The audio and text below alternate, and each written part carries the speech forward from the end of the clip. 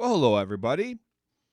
The Niagara Frontier Radio Reading Service now presents a reading of articles and features from the New York Times for Saturday, February 28th of 2026. And your reader, if you want to call it that, is Joe Gibbs. Hope everyone's doing good. Starting to thaw out a little bit. Looks like might be a couple cold days left in Buffalo tomorrow the next day, and then I did see by next weekend there was a 6 in front of the temperature, which is insane. That's going to feel great. My yard right now is a swamp, but it's better than 2 or 3 feet of snow, I guess, right? So what do we have going here today? From the New York Times, here's a thing called Might We Suggest? 4 weekend recommendations from around the newsroom. Planning your spring break. Getting the entire family on board for a single destination can be a challenge. The travel desk narrowed down a short list of spots that are sure to have something for everyone. An urban getaway in San Antonio, adventures in Costa Rica that cover both the beach and the jungle, an enormous water park in the Bahamas, and more. Dream up your next move at newyorktimes.com/travel. Number 2, eating 1,900 pounds of crab. I could think of other things. Not by yourself, though. By all means, don't let us stop you. It's Dungeness crab season in Northern California, where winter crab feeds are a tradition going back more than a century. Hundreds of people squeezing around communal tables to feast on heaps of crustaceans. Getting cracking at newyorktimes.com/food. And if you don't want to eat 1,900 pounds of crab, which I don't want to do, but I wouldn't mind eating like 19 slices of pizza pie. Number 3 is writing your first novel. If your manuscript has been gathering dust in a drawer or lingering unwritten in the back of your mind, it's never too late to pull it out. For 50 years, the veteran ghostwriter Patricia Finn was used to telling other people's stories. But at 71, she's at last publishing a debut novel of her own, The Golden Boy. I was tenacious, she told the book review, and kept coming back. Find some inspiration to pick up your own pen at newyorktimes.com/books. And number 4 is sweating it out with the pros. With a couple of feet of snow when there's a sauna festival going on along the Brooklyn waterfront. The 18-day event includes sauna masters leading curated amicus sessions with colored lights and towel twirling, not to mention sound baths, meditation sessions, and lectures on bathhouse architecture. It takes months of training to become a sauna master, with physically demanding performances in sweltering heat that can reach anywhere from 165 to 194 degrees Fahrenheit. Grab your towel and get your svits on at newyorktimes.com.style. That don't sound very good to me, honestly. I'm not looking for minus 15 below wind chill. I'm also not looking for 160 to 194 degrees Fahrenheit either. A nice sunny 75-degree day with a drink is wonderful. So, facts of interest from the New York Times. Here we go. Did you know that almost a third of Australia's population was born overseas and immigrants largely enter the country legally? Next one. Known as Margarita burn. Wow, this word is crazy. Phytophotodermatitis is a rash caused by exposure to sunlight mixed with certain plant chemicals such as lime juice. Wow, so that can cause a rash. Who knew? Another fact, the financial technology company Block said it was laying off about 4,000 employees as it embraced new AI tools. The cuts are perhaps the most striking example so far of a tech company's plan to eliminate employees because of AI. It's no different than robots replacing people making cars. Um, all types of things like that are coming or already in the works, and people are no longer needed. Another fact, transgender people aged 13 and older account for about 1% of the U.S. population. Another fact, the Cunard Cruise Line has welcomed animals for nearly 200 years. Its ocean liners have hosted a pony, an elephant, a monkey, a hippo, and Elizabeth Taylor's French poodles, and even Elizabeth Taylor. And China had more than 600 nuclear warheads by the end of 2024 and is on track to have 1,000 by 2030, according to the Pentagon. That's wonderful. Here's things called Second Look, Prying Eyes. Bad news for the camera shy. Being in public these days means possibly being filmed. In shops and restaurants, on the subway, in courtrooms, growing number of people are wearing smart glasses equipped with cameras so tiny they barely are noticeable. Some models let users live stream or upload their footage straight to social media, and built-in facial recognition is on the horizon, raising privacy concerns. Legal experts say the ethical use of smart glasses falls to the wearer. Do wearers view the issue with the same lens? Probably not. Here to help. Here are 5 films to stream on Netflix right now. After Hours from 1985. Martin Scorsese contributed to the One Crazy Night comedy subgenre of the 1980s with his unsettling story of Alice, a yuppie lost in twisted wonderland of Soho after midnight. Griffin Dunn, who is illustrated on the right, he's just sitting there, is Paul Hackett, a computer programmer whose late-night jaunt downtown to visit a pretty girl, Rosanna Arquette, turns into a parody of urban horrors. The large comic ensemble, including Terry Garr, John Hurd, and Catherine O'Hara, is electrifying. Goldfinger, 1964. Sean Connery's third outing as James Bond, Agent 007 of the British Secret Service, is arguably his best. It's also the one in which the series really cohered around its conventions, such as clever pre-title sequence and gadgets. The title character is played with cackling menace by Gert Fraub, an international financier with a complicated but clever plan to break into Fort Knox, making this the rare Bond picture that is also a great heist movie. That is Goldfinger from 1964. And then you have Hell or High Water. This says 2016. The director, David Mackenzie, draws on the myths of classic westerns to tell his contemporary story of robbers driven to crime, not by greed and status, but by economic distress and desperation. Ben Foster's trigger-happy thriller seeker, Chris Pine's rational man with a purpose, and Jeff Bridges' wise old lawmen are so authentically acted that the dialogue scenes are as thrilling as the shootouts. And that was Hell or High Water from 2016.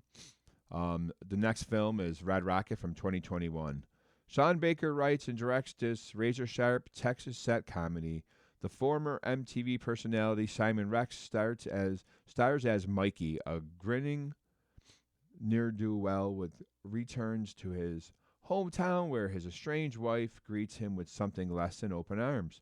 Mikey spent the last several years as an adult film star, and if you think he's come to reform himself, well, you haven't seen many Sean Baker movies, okay?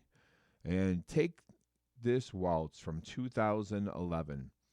After spending the 1990s turning in lively performances in indies, Sarah Polley went behind the camera to craft a series of keenly observed, emotionally overwhelming efforts. In Polley's second film, Michelle Williams stars as a young wife who feels the irresistible tingle of new attraction and must decide how to grapple with it. Polley tells a story packed with hard truths of real life and real love. That's Take This Waltz of 2011. Those are the 5 movies on Netflix. that they highlighted here. Okay, let's see what else we have for the New York Times. Here's a quote of the day. Some people don't respond well to that, whereas some of us are like, oh, that's gnarly cool. Let's do that. Scott Gemmell, the creator of HBO Max medical drama The Pit, on shocking elements that are suggested for patients on the show. A headline from History. Hose halt protest by 700 students at Seton Hall. February 28, 1964. Firemen sprayed water from a hose to break up a demonstration by about 700 students from Seton Hall University in South Orange, New Jersey, who were protesting the suspension of the undergraduate newspaper, The Times reported. The school's president claimed that the paper, Centonian, had abused freedom of expression after the outlet ran critical items about school regulations on attire and restrictions against female visitors in off-campus housing. At the time, the school was all male. Okay. The following day, 600 students crowded into an auditorium to again protest the newspaper suspension, which was intended to last a few weeks. The paper resumed publishing that April with a revised constitution and bylaws and continues to operate this to this day. So it did work.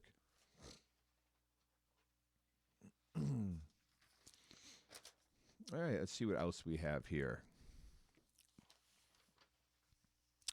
Well, let's take a look at a quick weather forecast. National forecast.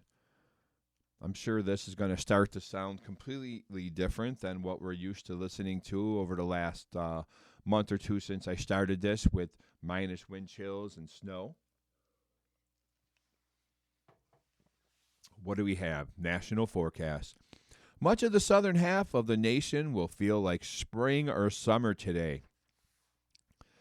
The warm spots with high temperatures reaching the 90s will be over the deserts in the southwest and along the Rio Grande in Texas. Most other areas over the southern half of the nation will experience highs ranging from the 60s to the 80s. Even areas in northeast will trend warmer of an Arctic cold front. Temperatures are forecast to rebound into the 40s and 50s, with some areas to reach the 60s. Spotty showers of rain and wet snow will riddle the zone from upstate New York to northern Maine. Farthest west, Arctic air will nose to the south and east over the northern part of the plains and the upper Midwest. A batch of snow is forecast to race to the east-southeast from Montana and the Dakotas to Wisconsin and Michigan. Accumulations in much of this zone will range from 1 to 4 or 5 inches. The Arctic air and spotty snow will reach the northeast on Sunday. In the zone from northern California to northern Nevada and part of Utah, clouds are forecast to bring some rain showers. Any snow will be over the highest ridges and peaks due to warm air in the region. Much of the zone from Washington to northern Oregon and Idaho will be dry. Focus, turning colder across the north. Much colder air will move into the northern tier states over the weekend. Some areas will receive accumulating snow. Record warmth will continue across the southeast under plenty of sunshine. Beneficial rain in Florida today will exit the state on Sunday. Very nice. It is starting to turn around, right? All right, so here's a subject that I'm sure many parents, you hope they talk about it or that they're concerned about it, but social media brought harm early, a plaintiff says. From First Business Page, and parents who have accused social media companies of hooking young people, right? The apps have caused mental health issues that have led to anxiety, depression, eating disorders, and self-harm, they claim. Those concerns have caused dozens of parents who have said social media contributed to their children's deaths to form groups lobbying for child safety protections. The parents have swarmed Capitol Hill and state legislators to urge lawmakers to pass laws. They've pushed state attorney generals to prosecute the social media companies. Some of the parents have sued the companies, and more than a dozen grieving parents have attended KGM's trial in support. While the parents failed to push through a landmark federal child safety law last year, Congress has had several child safety hearings and cited their stories. And cited their stories. In one, in 2024, Mark Zuckerberg, the chief executive of Meta, which owns Facebook, Instagram, and WhatsApp, was forced to stand and apologize to the parents. Concern has mounted globally.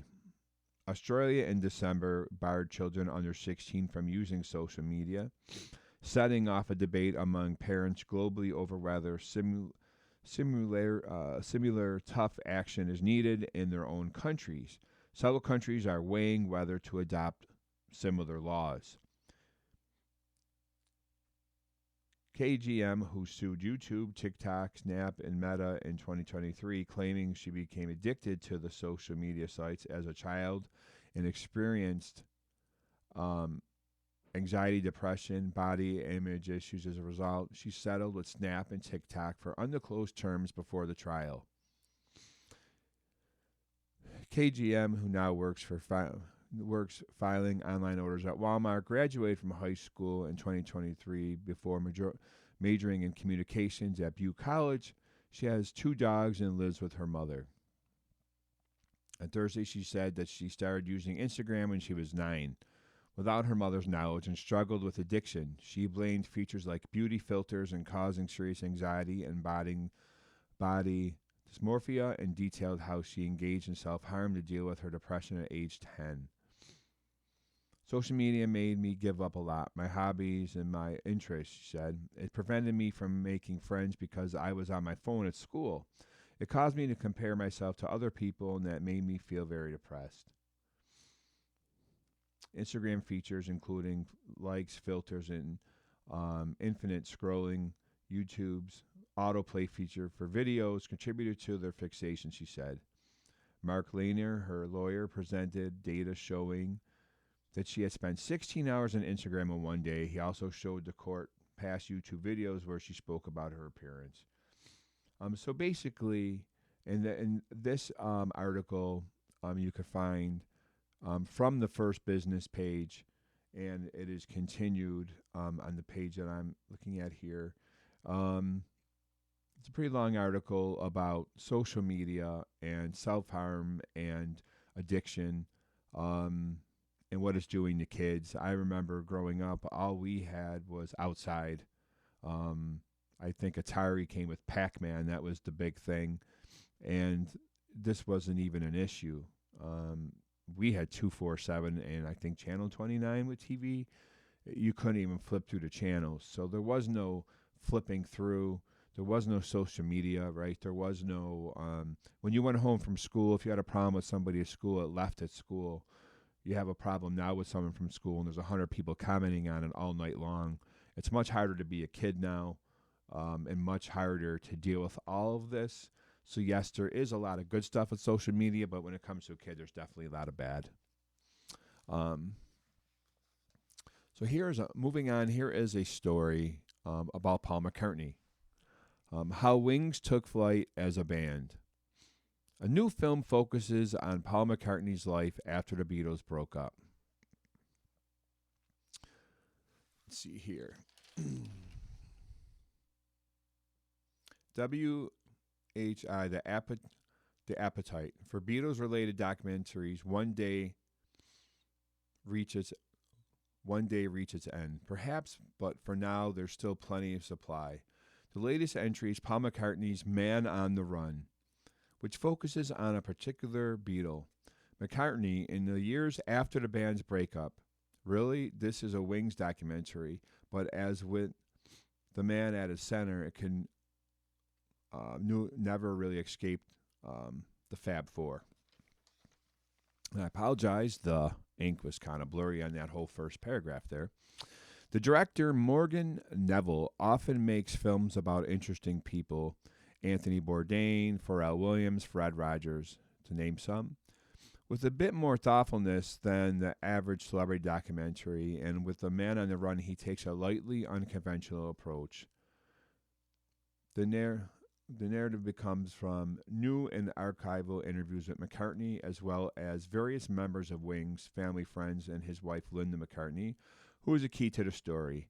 But we never see any of the interviewees. They supply only voiceover. Instead, archival video, including some rare and previously unseen footage, tells the story. There is a picture of Paul McCartney and Linda McCartney from the Man on the Run documentary. It's a kind of coming-of-age tale in which McCartney, only 15 when he met John Lennon, tries to find his footing without the band and winds up creating a new one instead. We learn about his relationship with Linda and their children. His creative process, his quarrels, his reconciliation with Lennon, and certain escapades involving marijuana. There's a lot packed in here, though there's a lot left out too. This movie is McCartney's side of every story. A documentary like Peter Jackson's 3-part The Beatles Get Back on Disney Plus was a hangout film, which let viewers watch McCartney noodle on his guitar, and then, as if by magic, the song Let It Be would emerge. It was thrilling to watch no matter who you were, and by principles of show don't tell, it was a showing film. Men on the Run is a telling film, in that every voice is telling you a story, and that the visuals are there to reinforce what they're saying. You can almost imagine it as an audio documentary.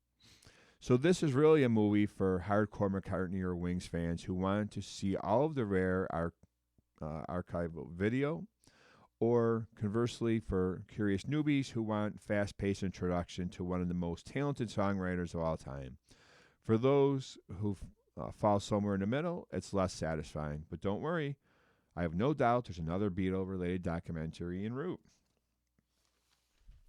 That should be something cool to watch and listen to, about Wings and Paul McCartney and Linda McCartney. Definitely going to check that out. All right. What else do we have here?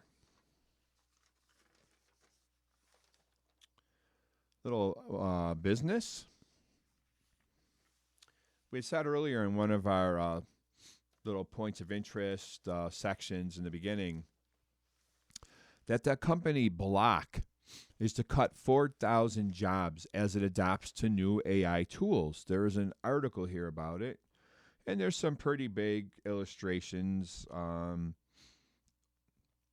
Oracle's California headquarters, CBS Studios in Manhattan, Warner Brothers Studios in California, and the Warner Brothers Discovery Broadcasting Campus in Atlanta. Very nice pictures of all those buildings and little neighborhoods there. So what is this saying? Block, the financial technology company that owns Square, Cash App, and Tidal, said on Thursday that it was cutting 40% of its workforce as it embraced new artificial intelligence tools. About 4,000 employees are expected to lose their jobs, Jack Dorsey, the company's top executive, said in social media post. The cuts made as Block reported strong financial results for the most recent quarter are perhaps the most striking example so far of a technology company making plans to eliminate employees because of AI. So a technology company getting rid of employees because of technology. Everyone is being replaced, people. Mr. Dorsey wrote in his post that he wanted to act decisively rather than cut gradually over months or years as this shift plays out.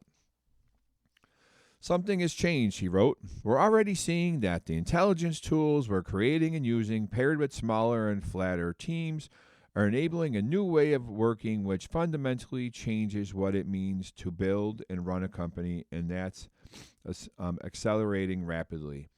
While Mr. Dorsey's post is likely to make rank and file tech workers at other companies nervous about their future, investors embraced it. Block's share price jumped more than 26% in the after hours trading. Whether computer programmers and white collar workers in general will be replaced by AI is an increasingly urgent question being asked in Silicon Valley and by politicians such as Senator Bernie Sanders, independent of Vermont. So far, many programmers seeing AI as more of a tool than a replacement, but executives believe that AI will continue to rapidly improve, particularly as AI code generators automate a wide range of tasks. They can do everything, and if they get those code generators automated correctly, they'll never be wrong. There'll never be error, and they're going to find that they're not dealing with calling in sick, personalities, complaining, whining, PTO, insurance. It's going to be a no-brainer for these companies, unfortunately. Mr. Dorsey appears to be betting that improvement is inevitable and said he wanted to make a big change now rather than slowly whittle away at his workforce. Yeah, just get rid of everybody and cut off the payroll. Why would he want to wait? Intelligence tools have changed what it means to build and run a company, Mr. Dorsey wrote. We're already seeing it internally. A significant smaller team using the tools we're building can do more and do it better, and intelligence tools capabilities are compounding faster every week. Mr. Dorsey said he did not believe that Block was the first company to realize that the rapid developments of AI would change businesses, nor that it would be the last. I think most companies are late, he wrote. Within the next year, I believe the majority of companies will reach the same conclusion and make similar structural changes. I'd rather get there honestly and on our own terms than to be forced into it reactively. After the announcement, Mr. Dorsey held an all-hands meeting with employees over a video conference call. Said two employees who took part and shared details on conditions of anonymity. During the call, dozens of thumbs down emoji reactions cascaded down the screen as Mr. Dorsey, who wore a black cap that said love on it, explained his decisions and fielded questions from angry employees. One employee asked Mr. Dorsey if wearing that hat while firing nearly half the company was a good fashion choice. The people said, Block has grown significantly over the past few years. It had 10,205 full-time employees globally at the end of 2025, according to financial filings. It reported 5,477 at the end of 2020. The company expects the layoffs to cost $450 million to $500 million. Asked for a comment, a spokeswoman for Block shared a link to Mr. Dorsey's post and his letter to shareholders. Well, this is going to be something that's just constant. There's no way, this is only the beginning. And people are, it's a shame because it's the people that are making the technology, making it better, right? Learning how to build it and program it. And then as soon as it's good, they get rid of you. What does this say? With Warner deal, Ellison's on verge of colossal empire. All right. More business here. Let's see what we have here. Oh, it looks like this article was from the First Business page. Here's an illustration. Larry and David Ellison are poised to own a portfolio. Larry and David Ellison are poised to own a portfolio of companies that, while smaller, would put them in the orbit of superpowers like Disney, like the technology company Oracle. The $430 billion database software giant is the main source of Larry Ellison's fortune of about $175 billion. Come on, guys, you don't have $175 billion? The company which he founded worked closely with major companies including OpenAI, the maker of ChatGPT, on data centers that can run and delivers technology to consumers. Mr. Ellison serves as Oracle's executive chairman and chief technology officer. The company had $58 billion in revenue last year, a 9% increase from 2024. TikTok. Yep, TikTok. As of last month, Oracle controls 15% of the joint venture that operates TikTok. The enormously popular video app in the United States, Oracle's stake is as high as any of the other investors, which include Silver Lake, an investment company, and MGX, an Emirati investment firm. The venture has licensed the app's powerful recommendation algorithm from ByteDance, and it will also have the ability to moderate content in America. Television. What does he have in television? Well, he's got CBS. Even in the diminished state of broadcast television, CBS, which the Ellisons took over with the Paramount deal last year, remains a powerful weapon. The network owns marquee sports rights to the NFL, the NCAA, the basketball tournament, and the Masters golf tournament, with primetime hits like Tracker, Survivor, Matlock. So-called Tiffany Network has ranked number one among the broadcast networks for years. David Ellison has publicly called it a remarkable asset. HBO Max. Simply, HBO remains the crown jewel of premium television. The network, owned by Warner Brothers Discovery, has won the Best Drama Award at Emmys 8 times in the last decade, dominating well-heeled rivals like Netflix, Apple, and Amazon.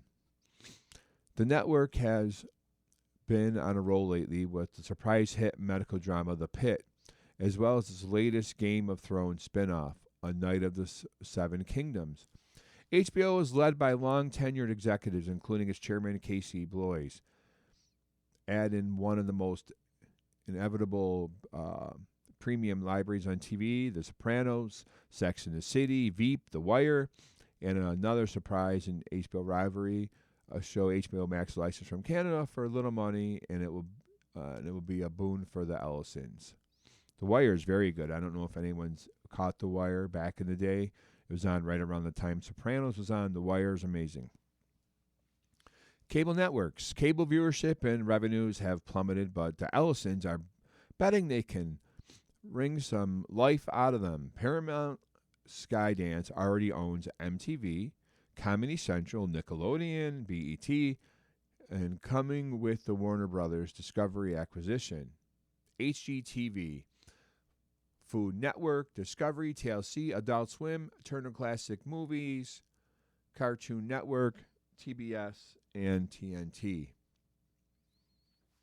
Also has Paramount Plus. After taking over Paramount, Mr. Ellison promptly enlisted Cindy Holland, one of the key architects of Netflix original programming strategy, as the head of Paramount Plus, which has 79 million subscribers. Just a couple. Paramount Plus is home to Taylor Sheridan's Landman, Tulsa King, 1923, and Lioness dramas, as well as the UFC and Star Trek universe. Paramount has rights to Mr. Sheridan's future TV output through the end of 2028. And in the news, he has part of CNN, a self-branded worldwide leader in news, have many diminished ratings and declining revenue, but it remains hugely influential news source with a very big newsroom. The network, owned by Warner Brothers Discovery, has more than 3,000 employees worldwide and a strong bench of talent that includes Anderson Cooper, John Tapper, Caitlin Collins, and John King.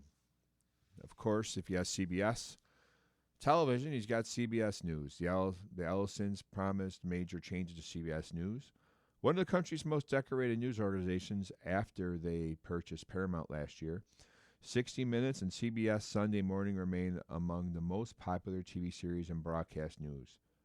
In October, David Ellison hired Barry Weiss, a critic of traditional news companies, as his top editor. She has since appointed a new CBS evening news anchor, Tony DeCouple, who has gotten off on a bumpy start, and she postponed a 60 Minutes report that was critical of Trump administration, drawing accusations of political interference. Warner Brothers is Hollywood's second biggest trove of movie properties after Disney. Its franchises include Harry Potter, Batman, The Conjuring, The Lord of the Rings. Warner Brothers also owns cartoon characters like Scooby Doo. Scooby's the best; he's my favorite of all time. The Flintstones and Bugs Bunny, another favorite. The studio's library contains more than 10,000 movies, including Casablanca. There's looking at you, kid. Through an acquisition in the late 1990s, Warner's library also includes the classic films like The Wizard of Oz, Gone with the Wind. The 110-acre Warner lot in Burbank, California has more than 30 sound stages. Gone with the Wind is my grandma's favorite, and every time we go over on a Sunday, somehow she found it on TV. I'm not sure how she did, but she did. It was on for a good, 3-4 hours, and she would tell us everything that was going to happen before it happened, or say it when they said it, for 3 hours.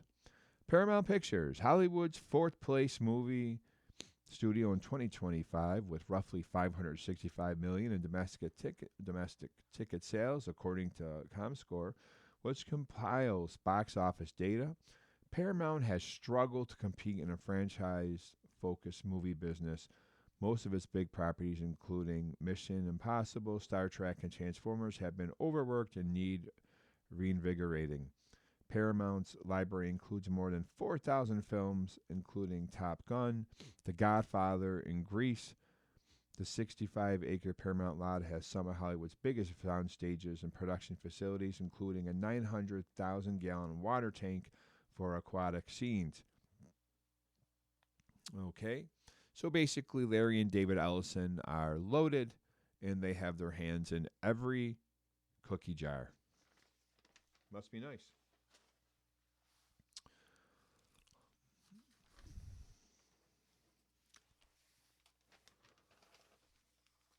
Let's take a look what this world has to offer us here from the New York Times.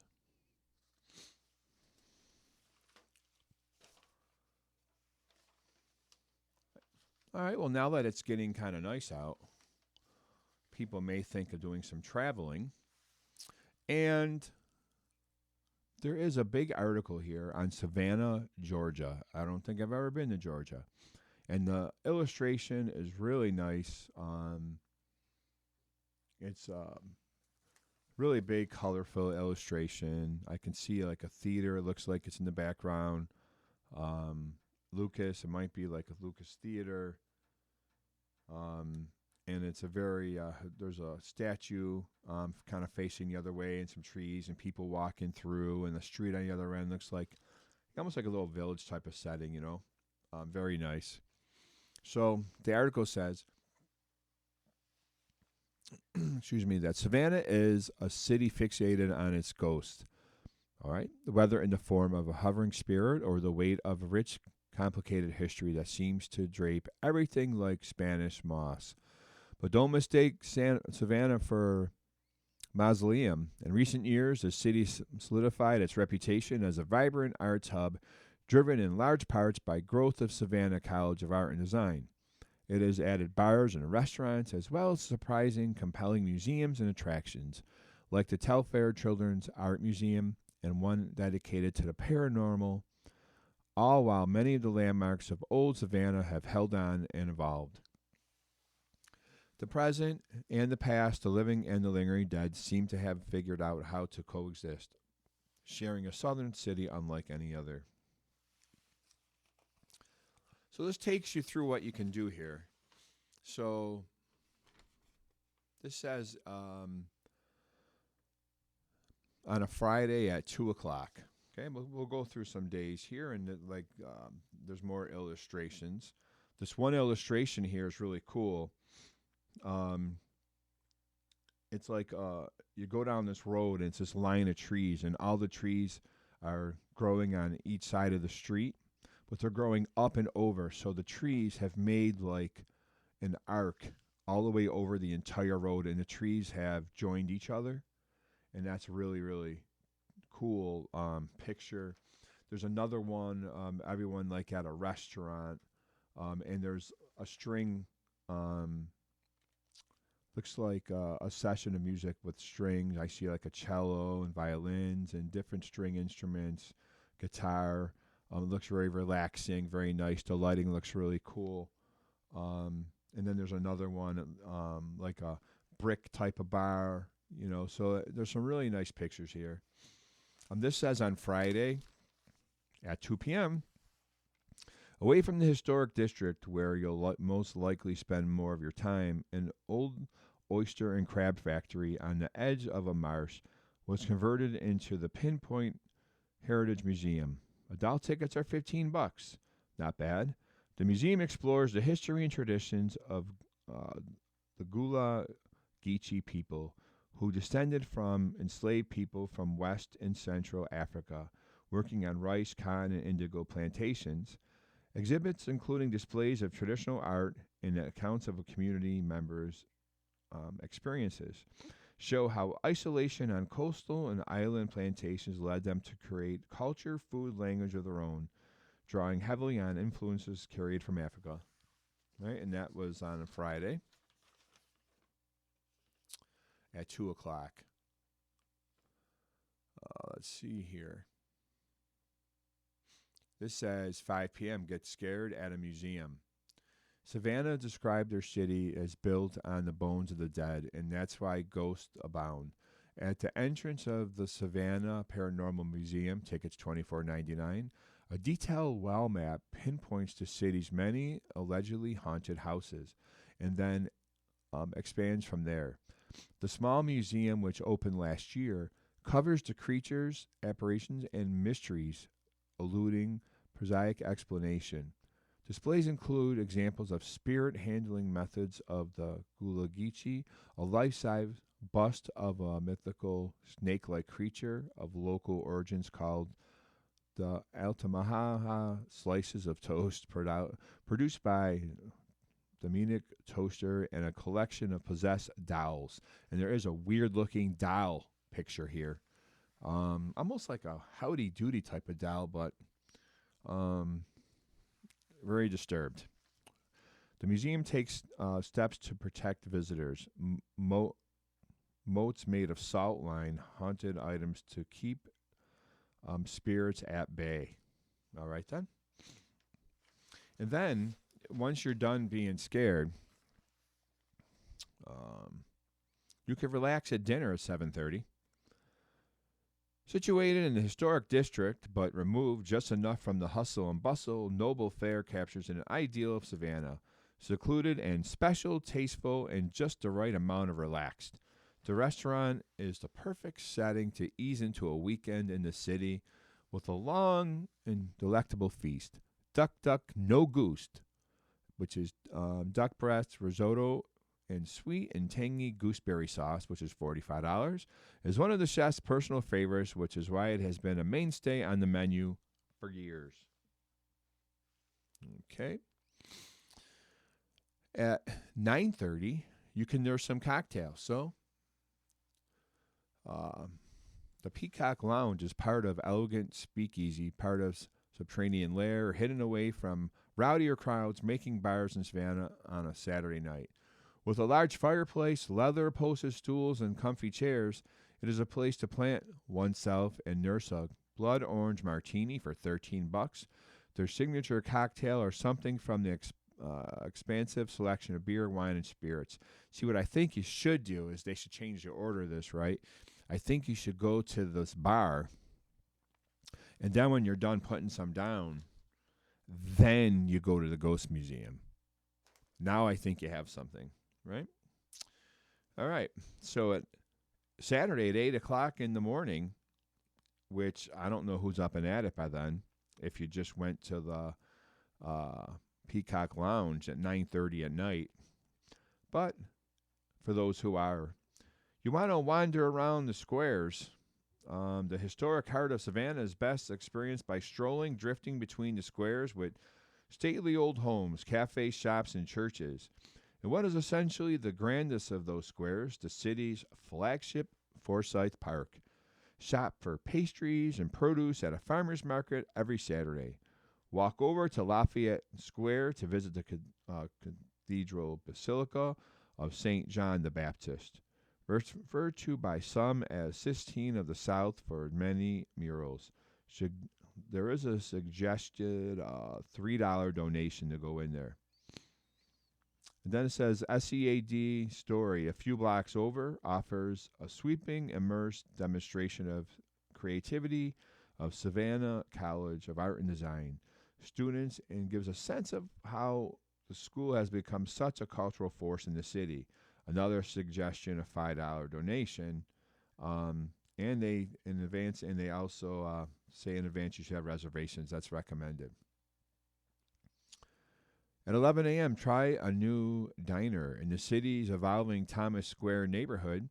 The Cozy Laundry Diner opened last year in an old laundromat with some adventurous approach to staples of Southern comfort. Highlights include a short rib hash bowl, $18, fried catfish and grits, $21, and a chicken biscuit, $13, served with foie gras. It gets a bit more daring for its weekday happy hour menu, which features a burger topped with Cap'n Crunch and an English muffin. I don't think I've ever had a burger with Captain Crunch or an English muffin. And I'm pretty sure my buddies would all think an $18 hash bowl is completely different than what they're selling here. But they could figure that out for themselves. You want to see the city's art by 12:30. The Telfair Museum's 3 sites within a short walk of one another collectively tell a story of Savannah. $30 pass, unlimited access to all 3 locations for 1 week. The Telfair Academy, the oldest public art museum in the South, includes one of Savannah's most famous sculptures, known as a Bad Girl, which appeared on the cover of Midnight in the Garden of Good and Evil. The blockbuster book credited with helping turn the city into a tourist destination. The bright and glassy Jepson Center, conspicuous amid Savannah's historic architecture, features traveling expeditions and contemporary local works, and also houses the Telfair Children's Art Museum, which opened in 2023. There, see a colorful, interactive display with maritime drawings of William O. Golding, whose story begins with kidnapping from the Savannah waterfront at 8 years old, and tours of the Owens Thomas House and its slave quarters capture an ugly history in which quintile opulence and oppression existed side by side in Savannah. So the other things you can do, it says you can sip and snack shop just south of Forsyth. The Starland District shows Savannah's more eclectic side. There's some food trucks, restaurants, bars. Grab a snack at Starland Yard. You could take a history tour. Savannah's True History Tour Guide makes no bones about it. You can kick back in a lounge. There is, in the historic district, a lot of cool restaurants and lounges. Stroll past Big Oaks and savor some Southern food. And that is all through the weekend from Friday to Sunday. And it's all in Savannah, Georgia. It looks like it's a cool destination for a vacation, for sure. If you want to do something different and try out some different food. What else do we have here in the New York Times?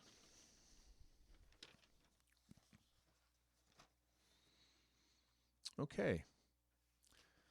I think we should probably, because I'm getting hungry. I don't know about you, but I'm starting to get hungry. I mean, it's only been probably an hour or so since I ate. So, it's time to think about maybe eating some French fries or some pizza or something. I am from Buffalo, maybe some chicken wings. It's Saturday. We need some good food. But what did the New York Times say we should eat? I'm going to say I don't see a taco. I don't see like a good hoagie. I don't see chicken wings. I don't see a nice pizza from Bocce or any place like that. But let's take a look. What do they want us to have? How about, let's take a look at this. Crispy cheddar chicken tacos. Crispy cheddar chicken tacos may be okay. The secret to these tacos from Rick Martinez is the cheddar, castra, or crust.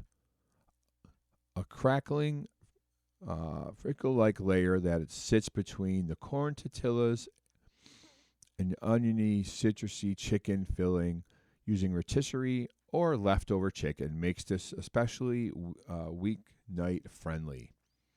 What do we need to make a crispy cheddar chicken taco? What do we need? Well, I'm going to tell you right now. We need half a medium red onion, thinly sliced lengthwise from root to stem end. 1 cup of hot water. Tap water is fine. And salt. Half teaspoon of dried oregano. 3 teaspoons of fresh lime juice. 2 tablespoons fresh orange juice. 2 cups shredded cooked chicken warmed. 2 chipotle peppers in adobo sauce chopped plus 2 tablespoons adobo sauce. 6 ounces medium cheddar Monterey Jack or Queso grated. 6-inch corn tortillas, sliced avocado, salsa, and lime wedges for serving. All right, so what are we going to do with all these things? Number 1, set an oven rack in the middle position and heat the oven to 375 degrees. Number 2, in a medium bowl, stir the onion, hot water, and 1 tablespoon of salt until the salt has dissolved. Let sit for 5 minutes. This will soften the onion and lessen any bitter or harsh flavors. Rinse the onion under cold water and drain. In that same bowl, toss the onion with oregano, lime juice, orange juice, and half a teaspoon of salt and reserve. Number 3. In a large bowl, quickly toss together the chicken, peppers, and adobo sauce, making sure the chicken is completely coated. Season with salt, cover, and keep warm. Line a baking sheet with parchment paper or a silicone mat. Do not use foil or the cheese might stick. Come on, people, we don't want the cheese to stick, so don't do it. Spread each mound evenly to about 3 inches wide and space at least 1 inch apart. Bake until the cheese is bubbly and deep golden brown in spots and around the edges, about 14 minutes. Remove from the oven and place 1 tortilla over each cheese crust and return to the oven to heat the tortillas about 2 minutes. Looks like your last step. Use tongs to carefully remove each tortilla with castra, flipping each one into a plate so the cheese is facing up. Top with chicken, onions, avocado, salsa, and a squeeze of lime. That does not sound horrible. Not everything on this page of dishes are my favorite, but some nice chicken tacos, crispy with some cheese and some vegetables. It sounds very good. Maybe not as good as some Oreos and milk, but it does sound pretty good. How would you like pistachio almond cookies? There is a picture of these cookies, and I wouldn't mind having some if they'd be so happy to somehow get them to me. I'd like some pistachio almond cookies. Let's see what this says about these cookies. These cookies feel like a bear hug. I'm not going to say these cookies look like a bear hug. The spice is fruity, peppery, warmth, envelopes the rich nuttiness of ground pistachios and almonds. David Tanis created these elegant little bites. They are small, too. Like those little white, round little cookies. These aren't like the big, flat, big chocolate chip cookies. These are like toss it in your mouth, eat it, have another. You don't bite this cookie. You just put it right down. That's what this cookie is. They should have called it pistachio almond, put it right down cookie, put 15, 20 on a plate, and watch some football. That's what I call them. So let's see here. He calls for whisking egg whites until frothy, which make these gluten-free, dairy-free. Rounds chewy but not dense, with a whisper of crispiness all around. So what do we need? Well, we need 1 cup, 130 grams, whole shelled pistachios plus more for garnish. Great idea. One and a third cup, 168 grams of superfine almond flour, 2/3 cups, 140 grams of granulated sugar, 2 teaspoons ground cardamom or more to taste, 1/4 teaspoon of sea salt, 2 large egg whites, 1/2 teaspoon almond or vanilla extract, optional, and confection sugar for rolling. So what are we going to do with all this stuff? 1, we want to heat that oven to 350 degrees, people. Get it on. And line a baking sheet with parchment paper. With an electric spice mill or small food processor, grind the pistachios to a fine powder. Alternately, hand chop pistachios. It's okay if the result is a bit coarse. Place pistachio powder in a mixing bowl. This is the third thing, excuse me. Place pistachio powder in a mixing bowl and stir in the almond flour, granulated sugar, cardamom, and sea salt, breaking up any lumps as you go. Number 4, in a separate bowl, whisk the egg whites until frothy and then add almond extract of using. 5, combine dry ingredients and egg whites. Use a wooden spoon or hands and keep mixing until slightly sticky dough comes together. So it says wooden spoon or hands. There's got to be something between wooden spoon or hands. I don't know why we have to go right to the hands. You will think there isn't enough liquid, but there is. Alternatively, pulse dry ingredients and whisk egg whites in a food processor to make the dough. The dough may be prepared and refrigerated up to 3 days ahead, so you can get it going and keep it in there for 3 days. Number 6, form tablespoon-sized pieces. Tablespoon-sized pieces with the dough and roll between palms into spheres. A good weight for the ball is 14 grams or a half ounce.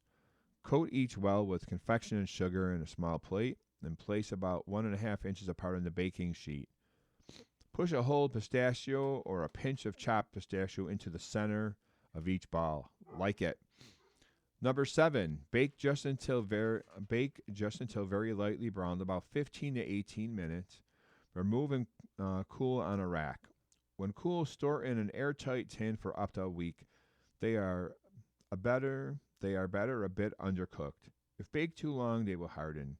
As they cool, a thin, crisp meringue-like skin forms with a soft, moist filling. Well, I got to tell you,